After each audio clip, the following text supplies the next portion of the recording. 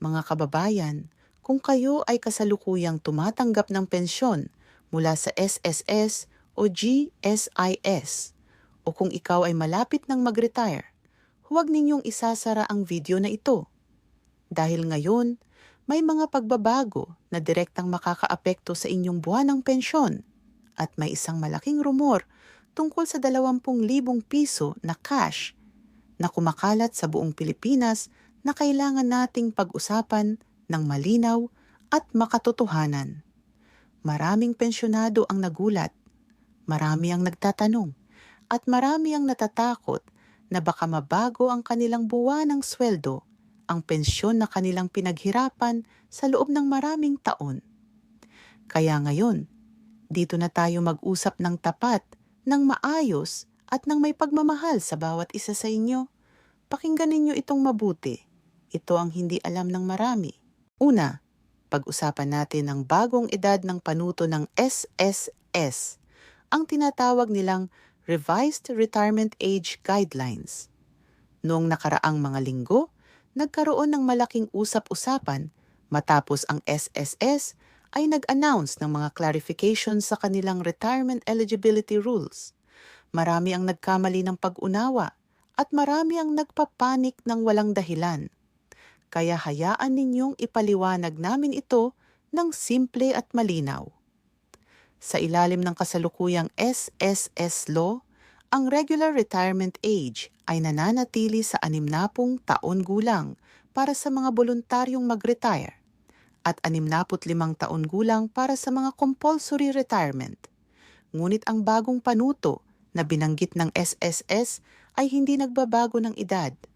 Ang binago nila ay ang proseso ng verification at ang paraan ng pag-compute ng pensyon para sa mga miyembro na may malawak na gap sa kanilang contributions. Ibig sabihin, kung kayo ay nagbayad ng SSS contributions ng maraming taon, ngunit may ilang taon na hindi kayo nakapagbayad dahil sa iba't ibang dahilan, trabaho sa ibang bansa, nawala ng trabaho, o nagkaroon ng sakit. Dati ay basta-basta na lang ito nire-resolve. Ngayon, mas maingat na ang SSS sa pag-aralan ang inyong contribution history bago aprubahan ang inyong pension application. Ano ang ibig sabihin nito para sa inyo? Simple lang. Kung malapit na kayong mag-apply ng pension, siguraduhin kumpleto ang inyong records.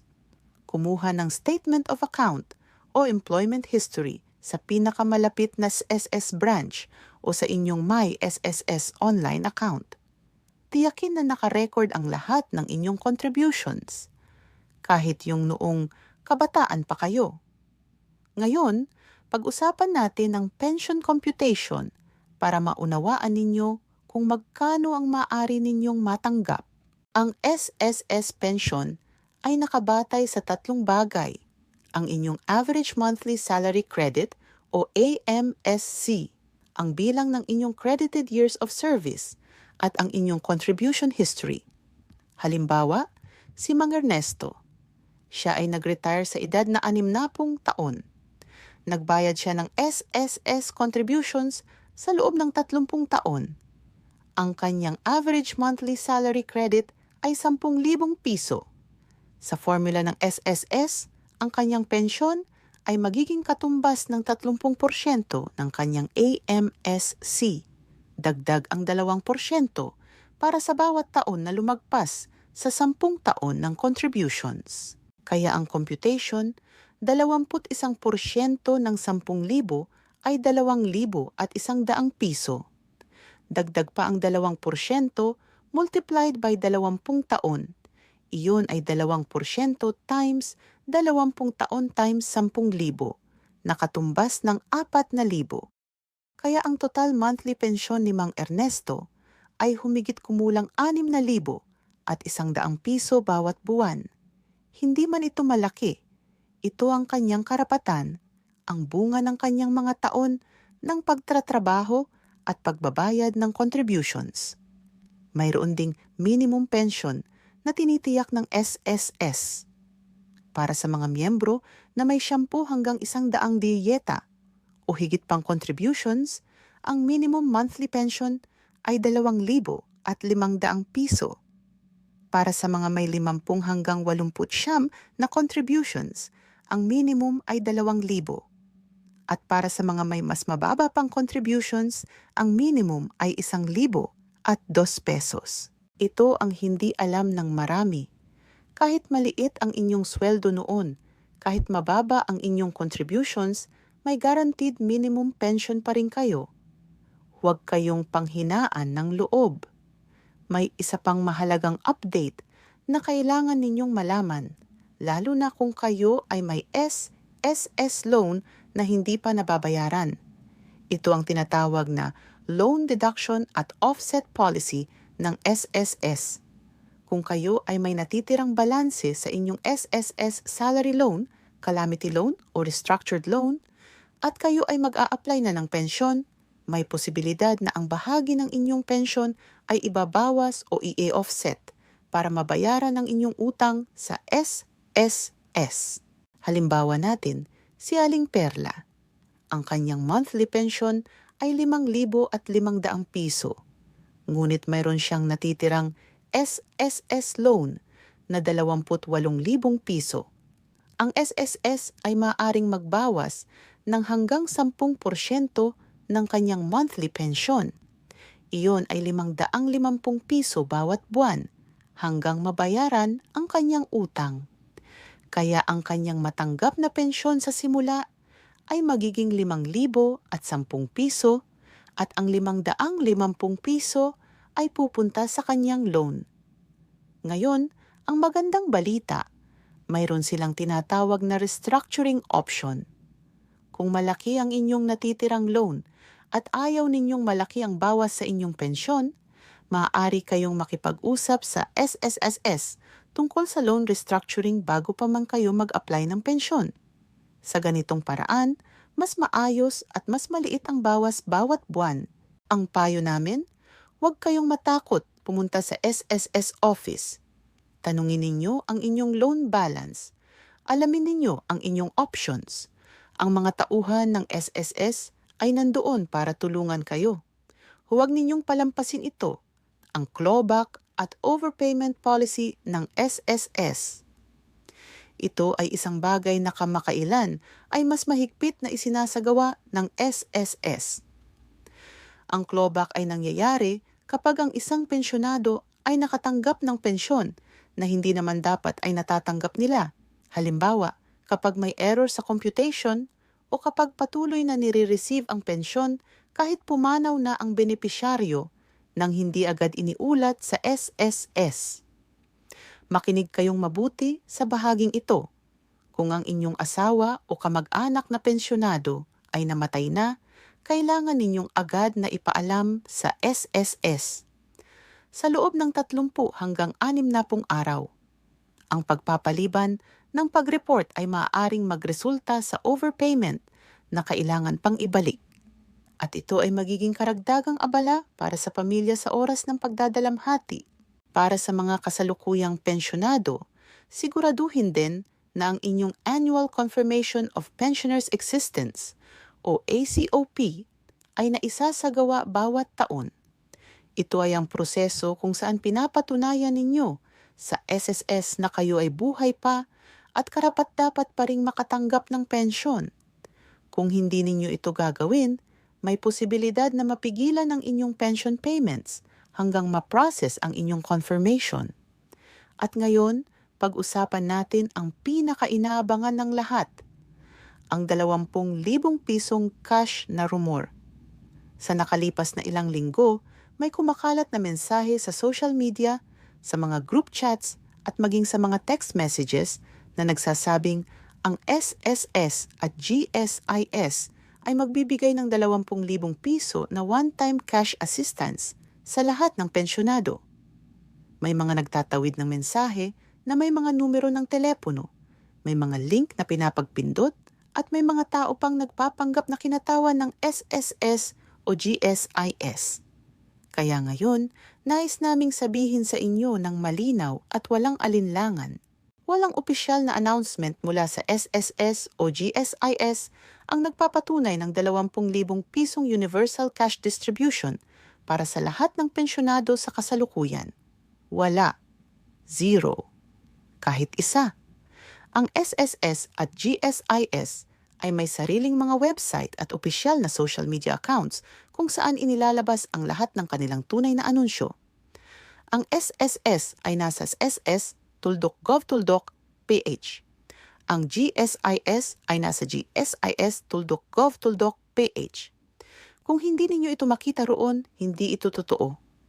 Ngunit, at pakinggan ninyo ito, may mga tunay na benepisyo ang parehong SSS at GSIS na maaring hindi ninyo lubos na nalalaman. Ang SSS ay may social pension program para sa mga indigent senior citizens na hindi miyembro ng SSS. Nagbibigay ito ng 500 piso bawat buwan. Mayroon ding funeral benefit na nagbibigay ng hanggang 25,000 para sa pamilya ng pumanaw na miyembro. At ang mga GSIS pensyonado ay maaaring mag-avail ng Enhanced Conso Loan o Pension Loan na may mas mababang interest rate. Ito ang mga tunay na benepisyo. Hindi ang mga kumakalat na 20,000 piso na walang basehan.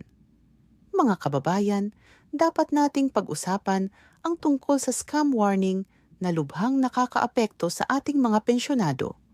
Sa nakalipas na ilang buwan, lalong dumami ang mga manloloko na nagtatarget ng ating mga matatandang kababayan. Ang kanilang mga paraan ay nagiging mas sopistikado. Makinig kayo. Una, ang text scam. Ikaw ay makakatanggap ng text mula sa isang numero na nagsasabing ikaw ay may pending SSS o GSIS benefit na kailangan mong i-claim. Bibigyan ka ng link. Huwag mong pindutin iyon. Ang SSS at GSIS ay hindi nagpapadala ng link sa text message para sa pag-claim ng benefits. Pangalawa, ang Facebook scam. May mga fake pages na nagpapanggap na opisyal na SSS o GSIS pages. Sila ay nag-a-announce ng mga benepisyo at humihingi ng personal na impormasyon tulad ng SSS number, birthday, at maging ng inyong ATM PIN. Huwag kayong magbigay ng kahit anong impormasyon sa mga page na hindi ninyo sigurado ang pagiging lehitimo. Pangatlo, ang personal approach scam. May mga taong punta sa bahay o sa pila sa SSS office na nagpapanggap na agents na makakatulong sa inyo na mapabilis ang inyong pension application laban sa bayad. Ang SSS ay may sariling mga empleyado. Hindi ninyo kailangang magbayad ng kahit sino para mapabilis ang inyong aplikasyon. Ang aming payo, kung may nagbibigay sa inyo ng impormasyon tungkol sa benepisyo na hindi ninyo maririnig sa opisyal na channels, mag-ingat. Tumawag sa SSS hotline sa 1455 o sa GSIS sa 88-474747 para i-verify ang anumang impormasyon. Pag-usapan naman natin ang release schedule ng SSS pension para sa ikalawang kalahati ng taong ito. Ang SSS pension ay karaniwang inire-release batay sa inyong SSS number at ang inyong napiling paraan ng pagtatanggap. Maging ito man ay sa bangko, sa UMID card, o sa iba pang accredited payment channels. Para sa mga nagtatanggap ng pensyon sa pamamagitan ng kanilang land bank, BDO, PNB, o iba pang bangko, ang pensyon ay karaniwang na-credit sa ikadalawa o ikatlong araw ng buwan. Para sa mga gumagamit ng e-wallet, tulad ng GCash o Paymaya, medyo mas maagang nire-release ang funds. Ang payo namin, kung hindi pa kayo nagsiset up ng digital payment method para sa inyong pensyon, isaalang-alang ninyo ito. Mas mabilis, mas ligtas, at hindi na kailangan pang pumunta sa mahabang pila.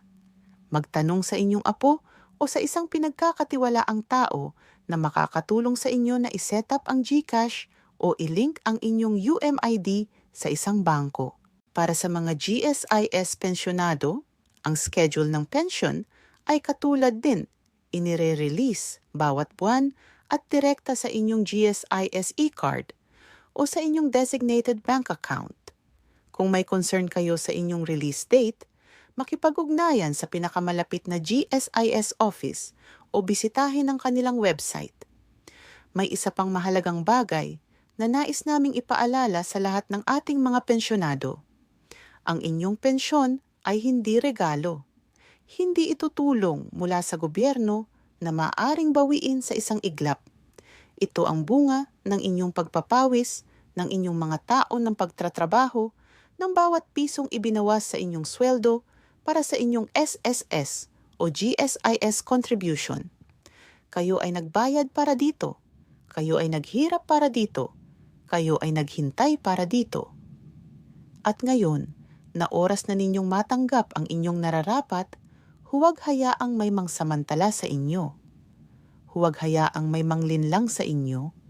Huwag hayaang ang takot at kawalan ng impormasyon ang humadlang sa inyo na ma-enjoy ang inyong pinaghirapan. Kaya naman ang channel na ito ay nandito para tulungan kayong manatiling may tamang impormasyon, para protektahan kayo mula sa mga maling balita, at para paalalahanan kayo araw-araw na kayo ay may karapatan, kayo ay may dignidad, at kayo ay mahalaga. Sa mga nag-aalala tungkol sa susunod na taon at kung anong pagbabago pa ang darating, nais naming sabihin sa inyo, mananatili kaming narito.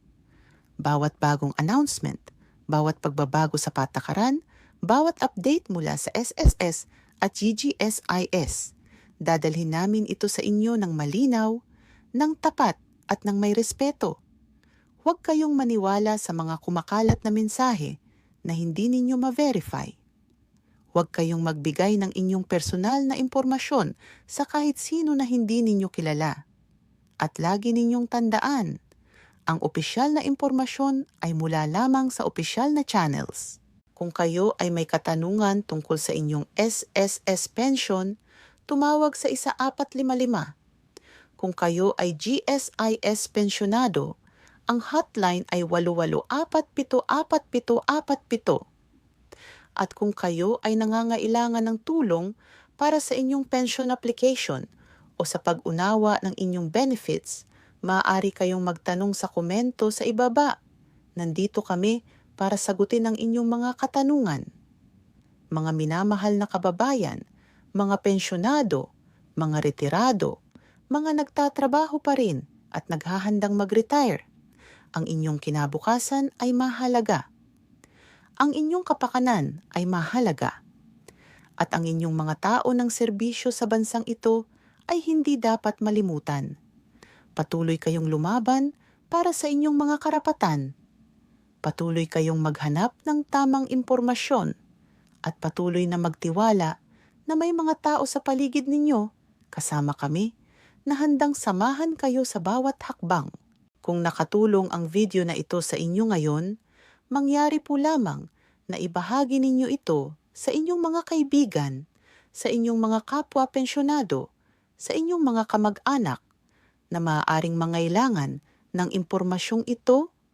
Isang share lang, malaki ang maaaring maitulong nito sa isang tao na nag-aalala ngayon.